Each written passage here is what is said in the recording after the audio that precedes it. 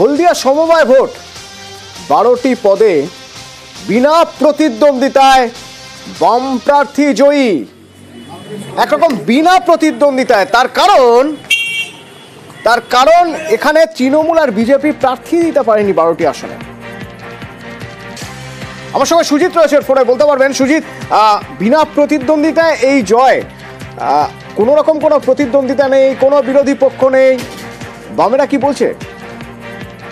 বামেরা উল্লসিত, তারা কিন্তু বলছেন যে এই জয় তাদের তৃণমূল বা বিজেপির যে বলা যায় যে ঘাঁটি ভোট বামেরা যে রয়েছে এই বলা যায় হলদিয়ায় অতটুকু সেটা প্রমাণ দিচ্ছে। হলদিয়ায় এই যে সমবায় ভোট, যেখানে হলদিয়া কনজিউমার যে ফোরাম রয়েছে, যেটা কোঅপারেটিভ নির্বাচনে জয়ী হয়েছে প্রার্থীরা, বাম প্রার্থীরা জয়ী 12টি আসনেই বিনা প্রতিদ্বন্দ্বিতা, অর্থাৎ তৃণমূল বা বিজেপি দুজনের কেউই প্রার্থী দিতে পারেনি। এই নিয়ে তারা যেমন উল্লসিত, তেমন তারা বলছেন এই যেখানে কিনা জিতলেন সেখানে 15 সালে ভোট করতে না দিয়ে তৃণমূল ক্ষমতা দখল করেছিল, তাদের কাছ থেকে ক্ষমতা কেড়ে নিয়েছে বামেরা, তাই তারা স্বাভাবিক উল্লসিত। যদিও এই ভোটকে গুরুত্ব দিচ্ছে না তৃণমূল বা বিজেপি, তারা এই ভোটকে গুরুত্ব যেমন দেননি, তারা বলছেন যে অভিযোগ করছে বামেরা সেটা সম্পূর্ণ মিথ্যে। তবে সব মিলিয়ে হলদিয়া শিল্পাঞ্চল হলদিয়ায় এ ধরনের ভোট, আর সেই ভোটে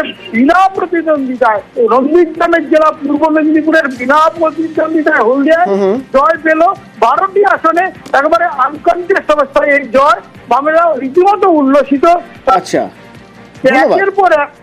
ধন্যবাদ সুজিত।